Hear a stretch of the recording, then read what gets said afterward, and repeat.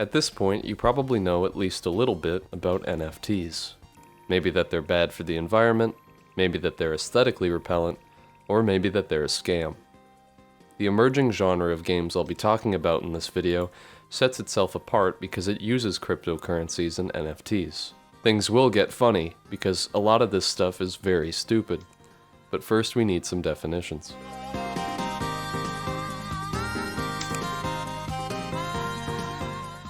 NFT stands for non-fungible token. I think it's fair to call a token a container of value, like money or a product at a store.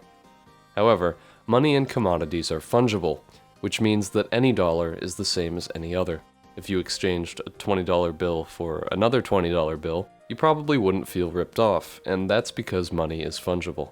If something is non-fungible, it's unique and can't be exchanged for a similar thing. Paintings, for example, are valuable but not fungible. This is why forgeries are a big deal. We tend to value rare and historically important objects quite highly, and that's part of the reason famous art sells for so much at auction. The other reason is that rich people launder money with art. It's very difficult to make something both digital and non-fungible.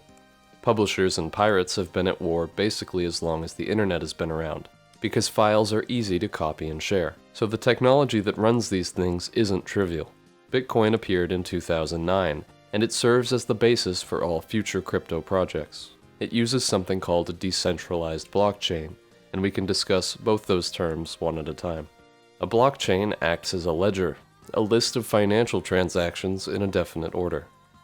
In computing terms, it's a linked list, where each block of transactions contains information about the blocks before and after.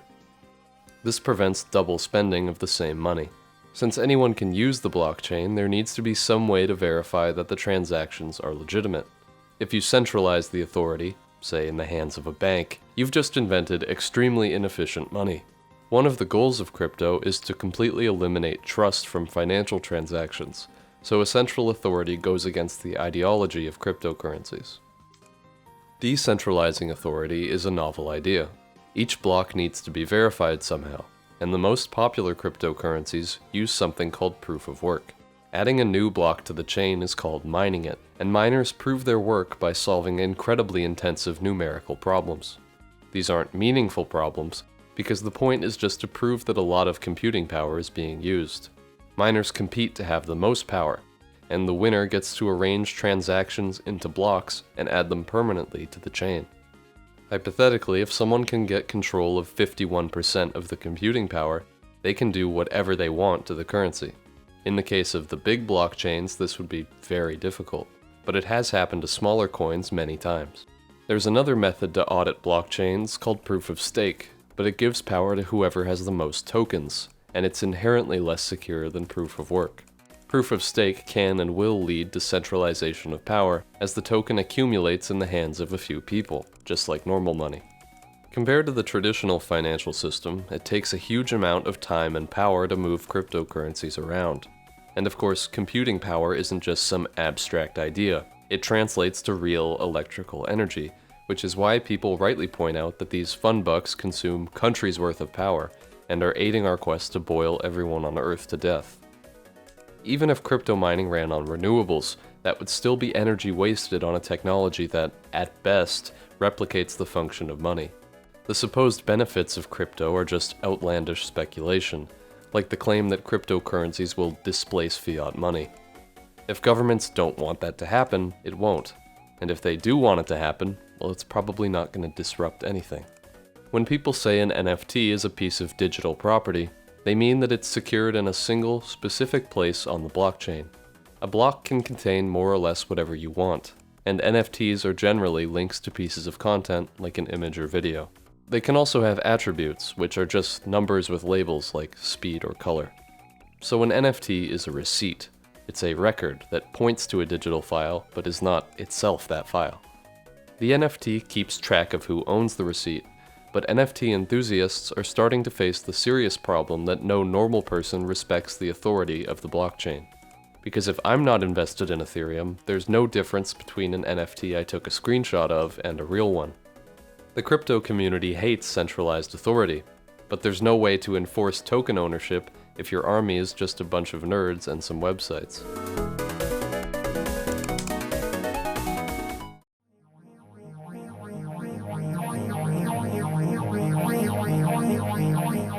NFTs gained popularity from a few high-value sales that were widely reported on.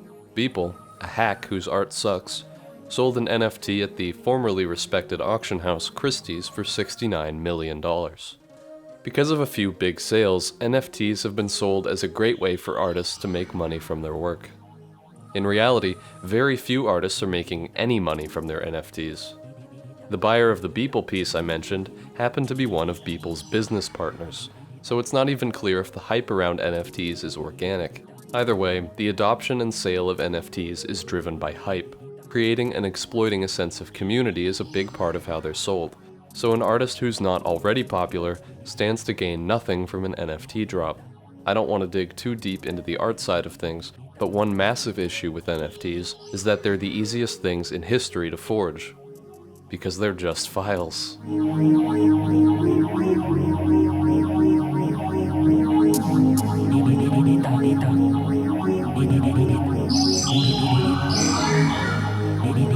As a quick demonstration, here's how to steal somebody's art and mint it as an NFT.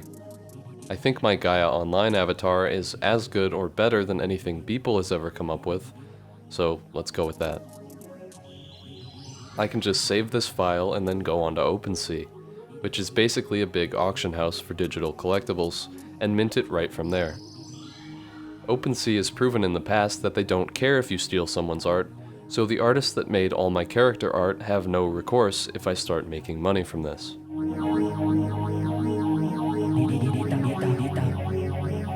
NFTs that are actually successful represent totally commoditized art that's subject to the demands of a market. Meaningful, challenging art is more often than not unpopular, and most successful NFT drops are just permutations on a single bad idea. Namely, the CryptoPunks, which are 10,000 generated characters with different attributes that supposedly make them more or less valuable. They're essentially profile pictures that offer 10,000 variations on a theme. And they're massive. They've been covered in dozens of news outlets, and they've had more than $1.5 billion in sales as I'm writing this. CryptoPunks are randomly generated non-art with no inner meaning. They're little more than a tech demo. And since they're so easy to make, there are just as many copycats as there are CryptoPunks. For example, Grumpy Grandpas, Big Bugs, Baby Ghosts, Dino Punks, Soul Stars, Cheeky Corgis, Broken Lollies, Hipster Hamsters, Lazy Lions, Cuddly Cats, Bored Apes, Fat Apes, Desperate Ape Wives, Mutant Apes, Cryptoads, Cosmic Ducks, Doodles, Cool Cats, Rabbitars. These ones are just called Doggies, Cyberkongs, Shiboshis, Magic Mushrooms, and so on and so on and so on. Often the creators of these things promise communities and future developments. The promise of a game where you can play as your maladroit monkey or whatever is a popular one. So far, I haven't seen any of these games actually materialize.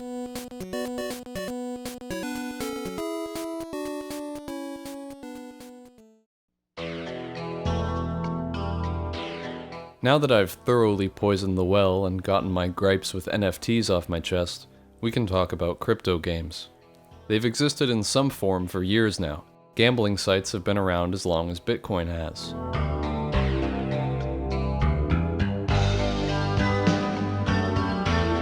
But more substantial video games that aren't just about gambling have only picked up steam recently. A lot of people have seen the earning potential of crypto as an opportunity to combine NFTs with games. Remember, NFTs are in theory unique digital items. The idea is that digital land, weapons, or whatever are owned by players. They exist in a wallet that the developer can't tamper with. I think the first, most obvious issue with this idea is that systems like this take a lot of work to set up, and they function basically the same as, say, the inventory in TF2. My 3 backburners, for example, could be 3 different NFTs with unique attributes attached to them. But that's just a more difficult way to solve the problem that Valve already solved with its inventory system in a game that came out 14 years ago. The argument for NFTs is, like I said, that I would own those backburners in some more substantial way than I do now. That even if TF2 ceased to exist, they would still be mine. But if TF2 gets shut down, what do I really own? It's a receipt for something that no longer exists. The context that makes the item meaningful is still in the hands of the developer. Even if the game doesn't shut down, the developer can nerf items, or remove them from the game, or put a slur on the texture, whatever they want. People who promote crypto games either know this, or they're getting scammed. The real value that comes from NFT items is in the markets that spring up around them. Coincidentally, most crypto game developers helpfully provide their own item exchanges with their own fees. A game we'll look at in a minute takes 4.25% of every sale.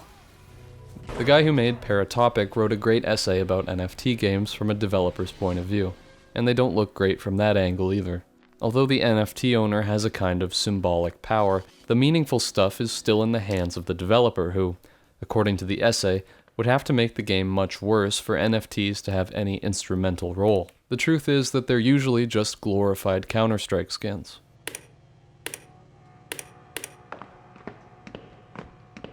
But if the games are good, maybe it's worth scamming a bunch of people and burning down the rainforest. Axie Infinity is the most popular crypto game at the time of writing, but I can't play it, because you need to own at least 3 Axies before you can actually play. From what I've seen, Axie Infinity is basically Pokemon on the blockchain, with some card game mechanics mixed in.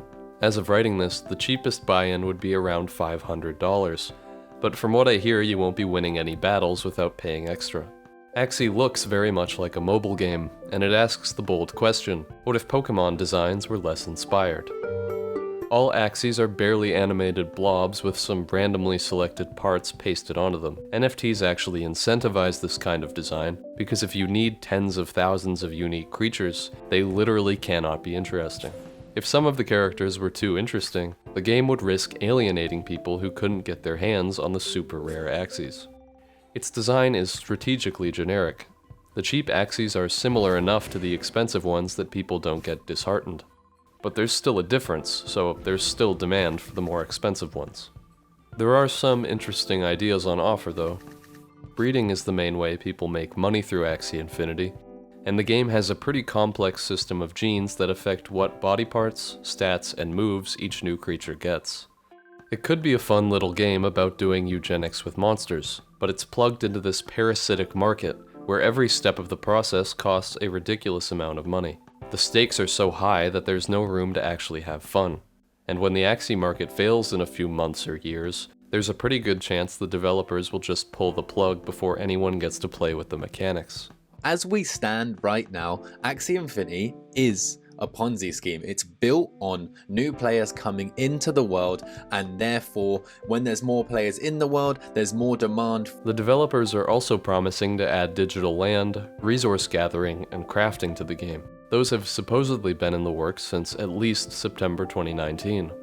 I'm not going to accuse the developers of lying, but I have to wonder why it's taken them over 2 years to release what amounts to a Farmville clone. Even if you literally can't do anything with them, land and items are available to buy on the game's marketplace. The cheapest plot I found was over $15,000. That would net a $637 commission, by the way. The way I look at Axie has to be super long term. You know, the way I see things, investments on this channel is super long term. Now, the world of Axie for me is an investment. It's not a game. I'm not a gamer. I don't play Axie Infinity. I actually employ scholars. Right now we have 13 scholars playing for us. I employ them, they play the game, and we split the rewards of the SLP, right? As you can see right now per month. Despite their love of the free market, crypto evangelists seem to have a blind spot around how crypto games incentivize boring character designs, pay-to-win mechanics, and perpetually unfulfilled promises. The most asinine opinion on crypto games I've seen was published in Bloomberg, wherein the authors wax poetic on the truly, staggeringly bad idea. What if Mario was an NFT?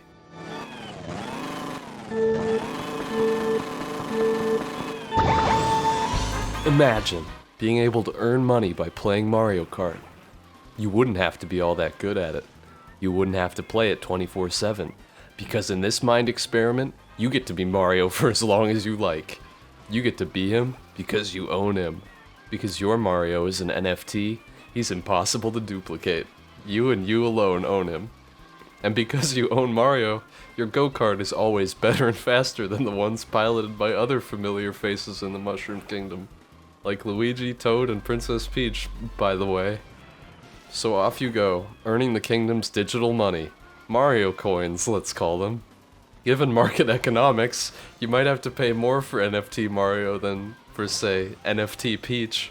But then you'd also earn more, because here in the Mushroom Kingdom, Mario's the fastest player.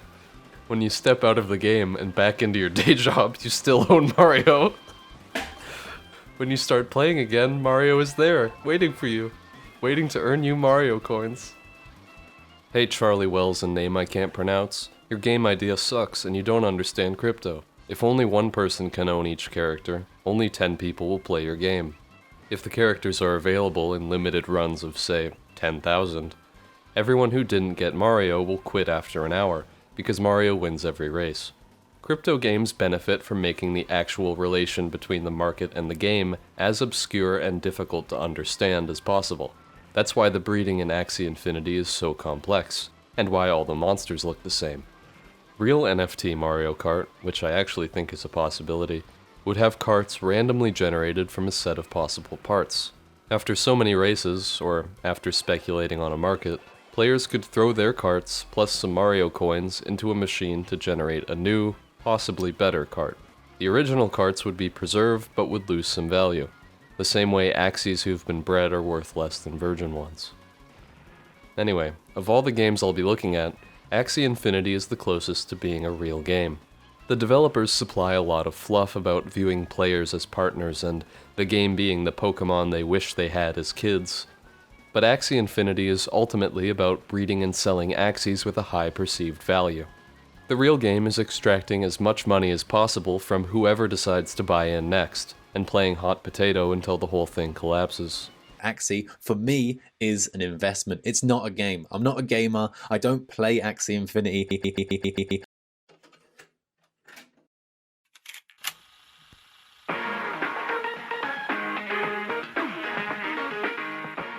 Chaincade promises to be a one-of-a-kind blockchain arcade ecosystem, which, from the videos they've posted, seems to mean a room made in Unity where you can play some knockoff arcade games, with crypto integration somewhere along the line. Their project roadmap includes a virtual hangout, an NFT marketplace, and apparently a bunch of lore. I think their idea is to make a place like Steam for arcade-style games, where people can earn crypto rewards for playing, but I'm not sure because it's all so vague.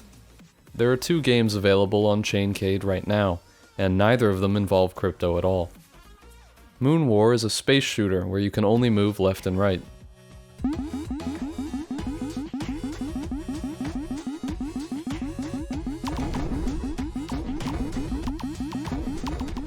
The controls are pretty responsive, and I like the way the wave power-up synergizes with the other ones. The game requires very little skill to play, but you need to get lucky to win. If you get power-ups, it's too easy, and if you don't get them, it's impossible. Enemy health bars don't really indicate anything, and several enemies with identical bars have different amounts of health.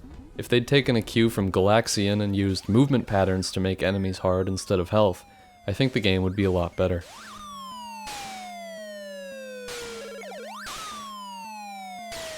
There are mountains of space shooters out there, and Moon War definitely isn't one of the better ones. You can already play all the classic space shooters in your browser, so go do that instead. In the same vein, Chain Man is a bad Pac-Man clone. It looks like the assets come from 5 different places, the settings menu is coming soon, and you have to press the movement keys at precisely the right moment to make a turn, which ends up making the game feel unresponsive. In Pac-Man, when you eat a ghost, it becomes aggressive when it respawns, and this adds a little bit of strategy, but Chain Man doesn't even bother recreating that.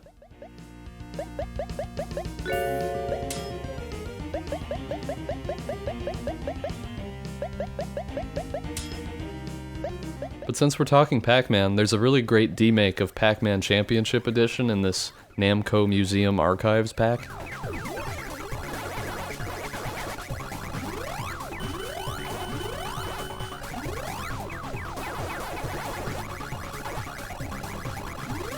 Apparently it runs on a real NES. Chaincade is only getting attention because it has a token associated with it, and that seems to be a theme with all these crypto games. The Chaincade coin doesn't tie into the games at all, although the developers are promising play-to-earn features in the future. It's obvious just from looking that the developers don't care about games. The point of getting in on these projects is that if they get popular for a day or two, the price will rise by 10,000% and you can cash out. Splinterlands is more like your usual predatory mobile game. It's an auto chess sort of game with cards and 3 distinct currencies. You put down your cards and watch them interact with your opponents. Card packs are already a popular way of parting impressionable people from their money, but Splinterlands ups the ante by making the cards NFTs and giving people a market. You can buy and sell cards, of course, but there's also a card rental market that, according to their website, rakes in around $70,000 a day. Like Axie, they also sold a bunch of fake land, with the promise of resource gathering and item crafting. According to their FAQ, every single action in Splinterlands is on the blockchain. They don't really specify what an action is, but I think the idea is that you could make your own interface to battle with, or play over email. Another advantage, according to them, is that everything in the game is provably fair. That could be done a lot less resource intensively just by making the game open source, but okay. Gods Unchained is a Hearthstone clone with packs you can open, and a token that has all the usual selling points of crypto attached to it. A guy who worked on Magic the Gathering worked on it, it runs like shit, and I don't even like Hearthstone. Okay. If it's not clear, there's absolutely nothing special about these games. They're universally below average, and they cost many times more than the games they're ripping off. All the ones I could play for free were either lazy and bad, or in genres that are already known for exploiting players. The production quality sometimes reaches that of a slot machine, but it never manages to exceed it.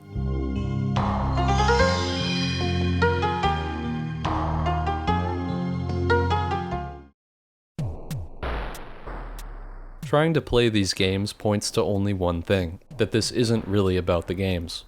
It's like when the mob owns a laundromat, if you know what I mean. I think we should take these games as a kind of warning. This is the future we're being promised.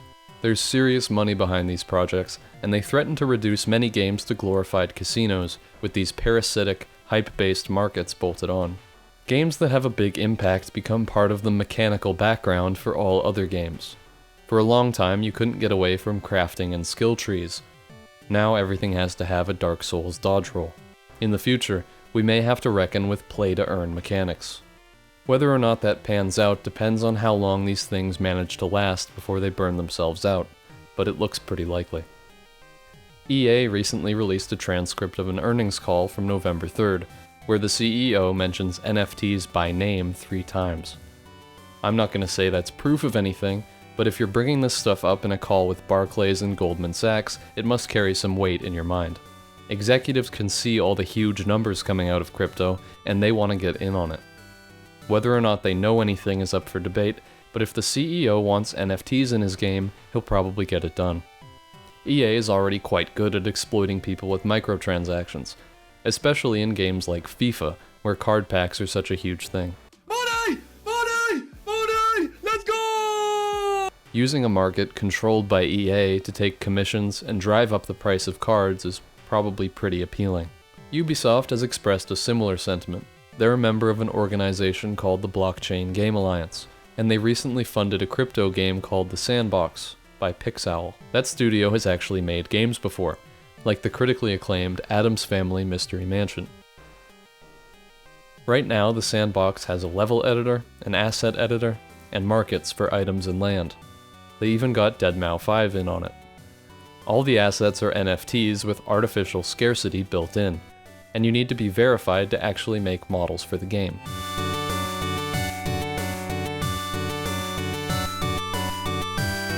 Going just by the level editor, the sandbox has half the possibilities of Roblox Studio with a much worse user experience. As with most crypto games, you're prevented from making anything fun by the fact that every item that's not a brick or a garbage can costs a significant amount of real money. If the sandbox ever gets released, I doubt it'll last. It looks and feels like a game for kids, but only on the consumption side of things. I'm not sure how it is today, but I used to love Roblox as a kid because I had access to an endless stream of cars and bombs and structures that I could screw around with in my own levels. Kids playing the sandbox are, I guess, either meant to spend thousands of dollars or program stuff from scratch. Kids suck at programming and they're poor, so they get to either make boring levels or walk around other people's boring levels. Honestly, it doesn't make sense to even talk about the game design because, despite having a bigger budget than the other games, the sandbox is a financial instrument first and a game second. There might be one obligatory deadmau5 concert because of some contract he signed 5 years ago, but the sandbox is a thinly veiled profit generator. But hey, why stop at EA and Ubisoft? Zynga's getting into NFTs too, and some mobile game called Cookie Run, and the Epic Games Store isn't banning crypto games. And why stop at games? Twitter's developing NFT support, and Reddit is tokenizing karma. You can bet Facebook's new metaverse is gonna have crypto in it. They tried to start a cryptocurrency years ago. Tim Cook's got Bitcoin, and Amazon's hiring people that know about the blockchain. Universal Music is creating a virtual band based on Bored Ape Yacht Club. Time, The Economist, Vogue, Fortune, and Rolling Stone have all released NFT magazine covers. NBA Top Shots has over 500,000 members.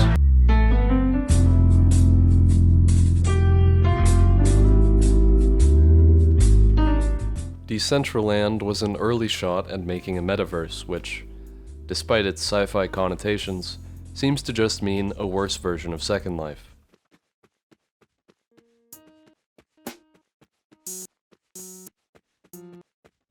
Decentraland has been around since 2017, and its token, called Mana, was stagnant for a while but shot up in value the day Facebook announced it was rebranding itself.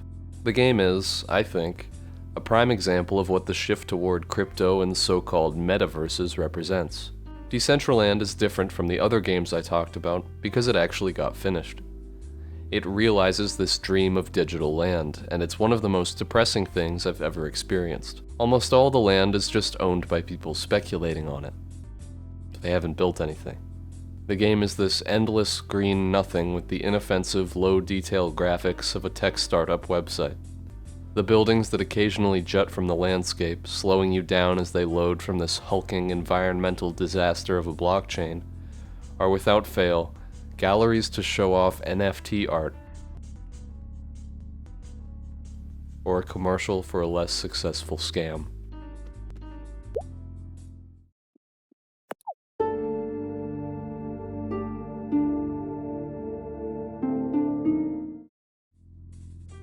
Decentraland is a world with no humanity left in it.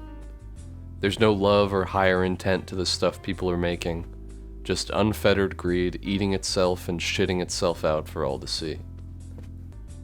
The only conclusion worth giving about crypto games is that they're not fun, and they're not supposed to be. Something is profoundly wrong in Decentraland, and something is profoundly wrong in the world that created it. Crypto supporters believe that innovation is an absolute good.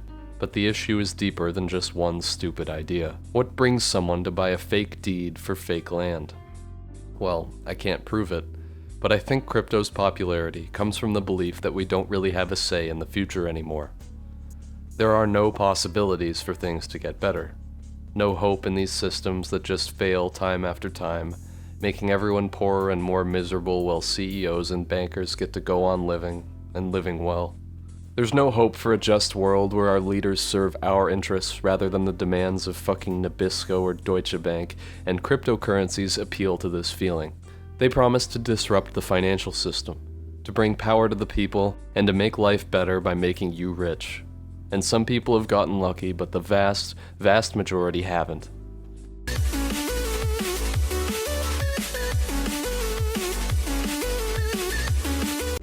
Decentralized finance can't change anything if it just replicates what we already have.